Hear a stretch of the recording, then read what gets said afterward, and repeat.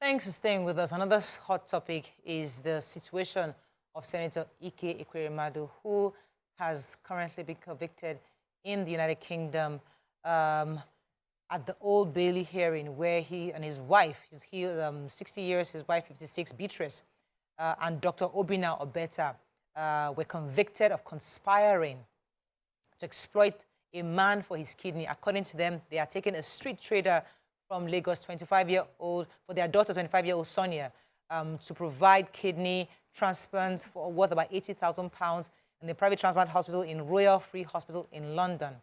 According to the prosecution, they offered £7,000 and promised opportunities in the UK for that young man who was a street trader in Lagos State.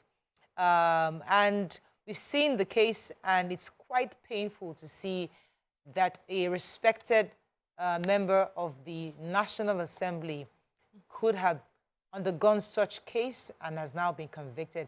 This is not a time to, it's actually a time of, it's a painful reflection, I would say.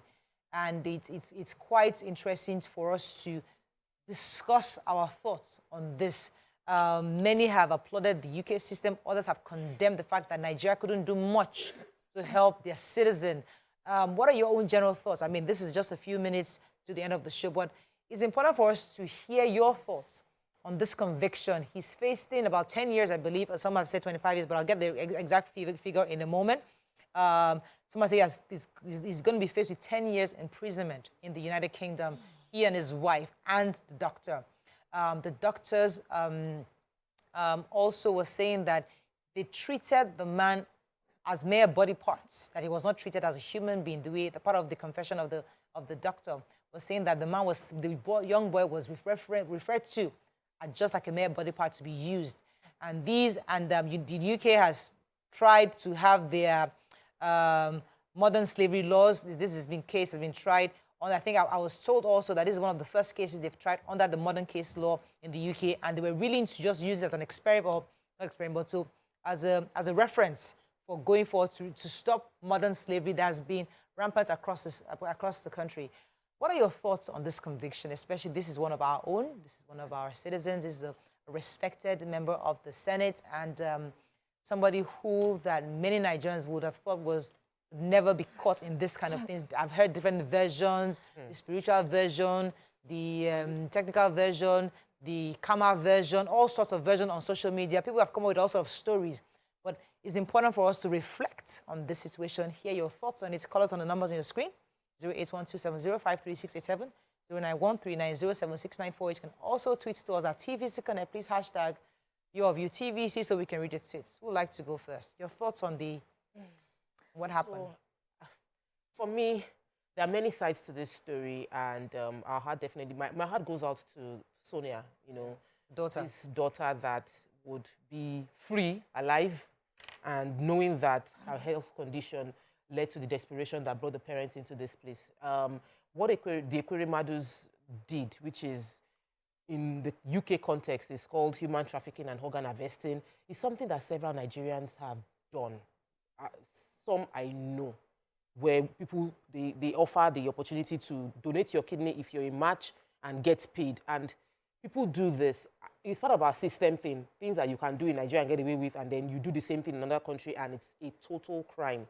And I'm happy that the system works there. I'm wondering what lesson can we learn here, because we would definitely always need to do kidney transplants. It's something that would always happen. It's that, can we create a system where doing things that we do here will not become something that will become a crime somewhere else? Because what the Ekweremadus have done is as a parent, try to find a solution for their daughter's problem, which was a health challenge.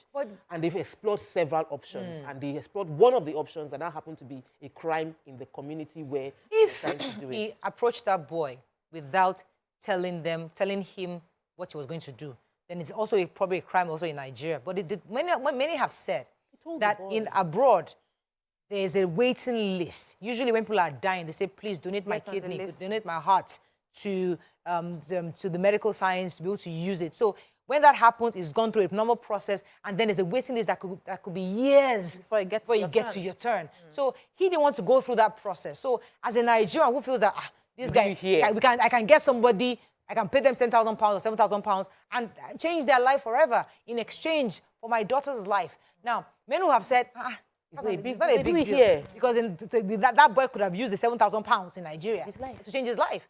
But if he did it without informing that boy did not really know before going to the US, that's where I think was a problem. What are your thoughts on this? I just want to, for me, I would like to ask the question, in Nigeria, is it a crime to reach out to someone and ask them for their body part and you would pay them if taking this body part is not going to cost them their lives?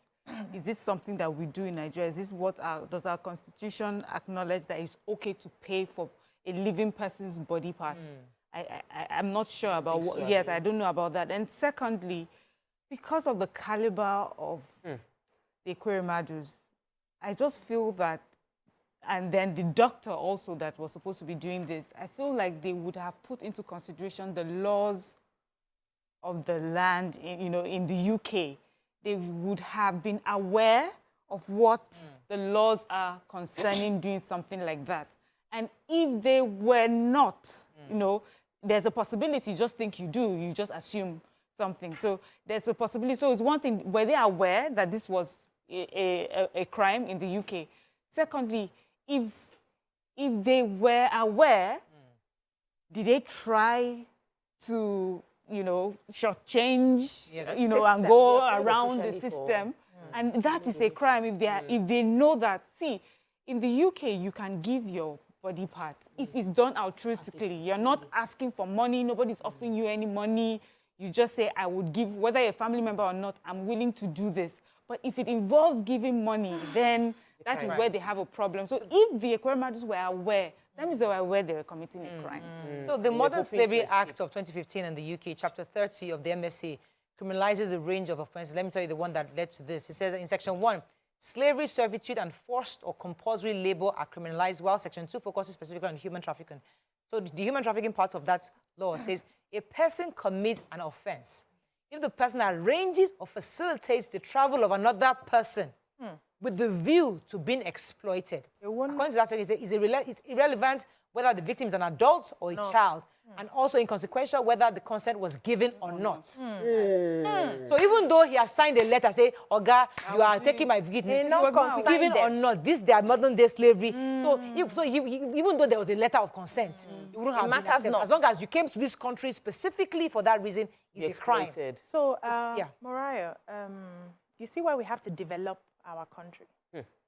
Develop all the facets of our country. The healthcare system, the educational system, because the truth of the matter is the world is moving and we should be allowed to move at our pace. What is crime in another man's country may not be crime yet in your country. And then you go with your own culture and your ways to another man's country, you can get into trouble. This is what is just showing us right now. So we must, if you have to do something in another man's country, you must learn their ways so that you do it right without getting into trouble. If he had done this thing here, there are hospitals here that he could use. There are doctors here that could work for him. The way you talk to somebody, oh yeah, I need this help, let's test it, let's do it, and it's not a crime in our constitution here, he wouldn't have been in this problem. But because we have a system where the things from the outside is sweeting us, is sweet sauce more than the things we have within. So everybody focuses their attention. I want the best medical care. I want the best education. I want the best this, and we can't get it here. We get it outside the country. The leaders who are supposed to be putting laws in place, making sure that they develop their own place so that we can keep our resources within, we'll move it outside, and then it hooks them.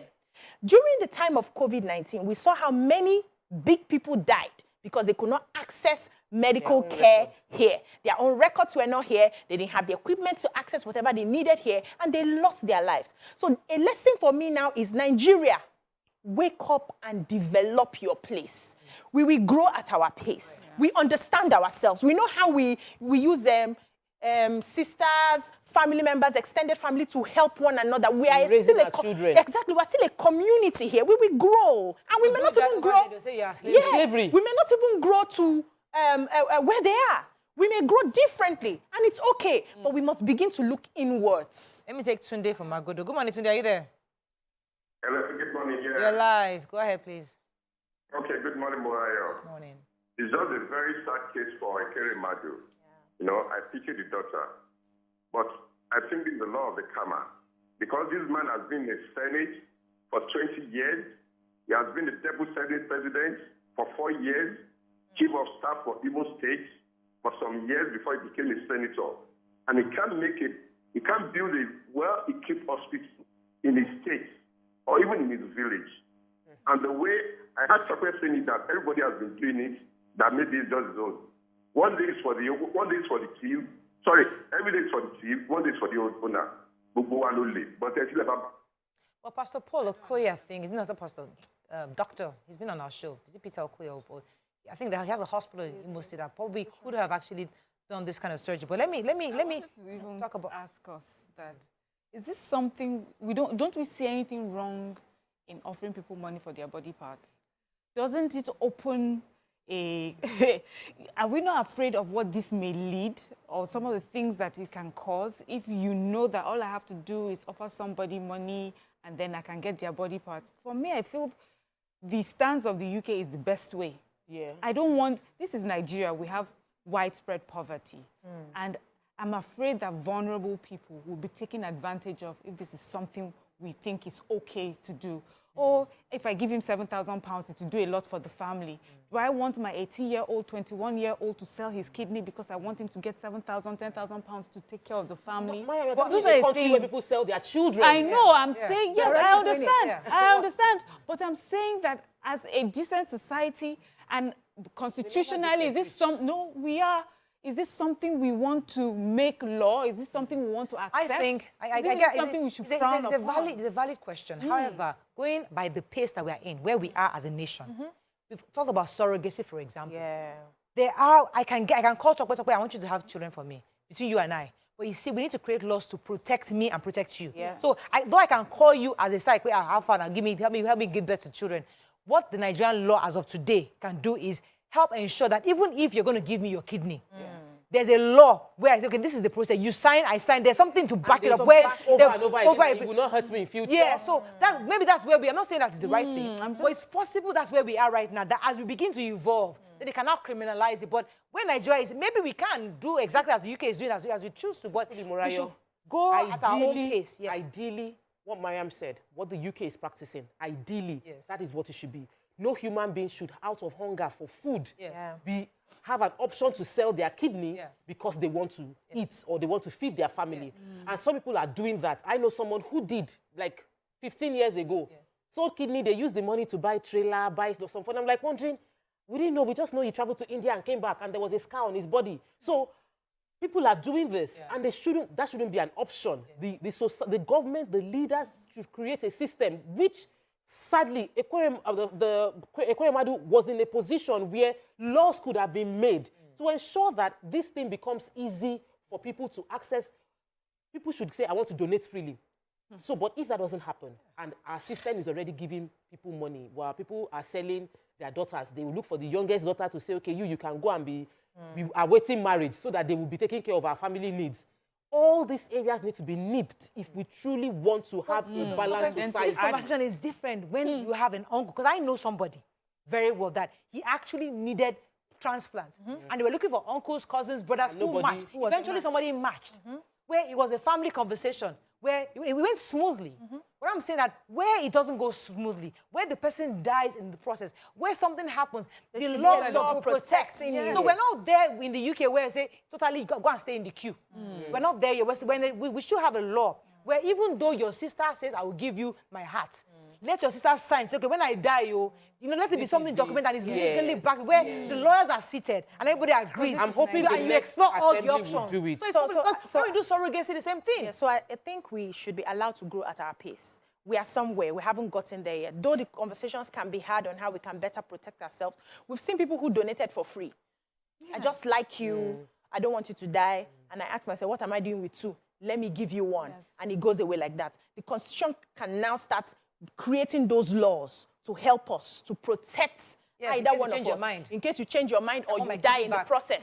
You know the way when you want to commit suicide and you're not successful, your body belongs to the state, right? Our body should belong to the state. If you want to sell any part of your body, you should be prosecuted, except you go through it the right way. That should be what, you know, we'll start, no, it's a conversation we should start having to protect a lot more people. Because people now, I've heard young boys now selling body parts because they want to make money. Thank God you and I are not on that sick bed. And thank God we've never been that sick. I have known people who have been deadly sick. Yeah. That's why loved our ones, hearts went out to the point where they have nothing. And they have a cousin who is willing to say, uncle, I will give you my kidney. Because this uncle is one I've been feeding the whole family. Which is acceptable. That is acceptable.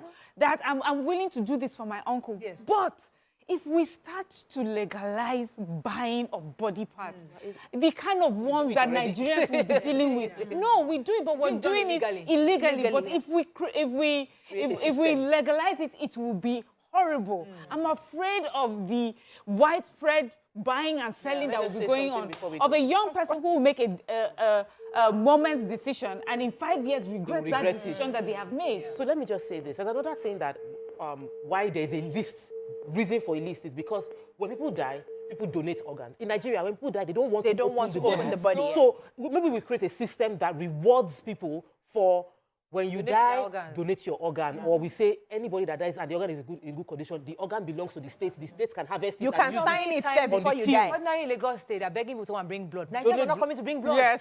They're not even so. We're not used to it. Yeah. So we're not there yet. Oh, bro, if something happens to you, we know you get blood. But we're not there yet. We're not having those conversations. Every day we're discussing cheating husband, cheating wife. Discussing this sort of thing. That is all we can take.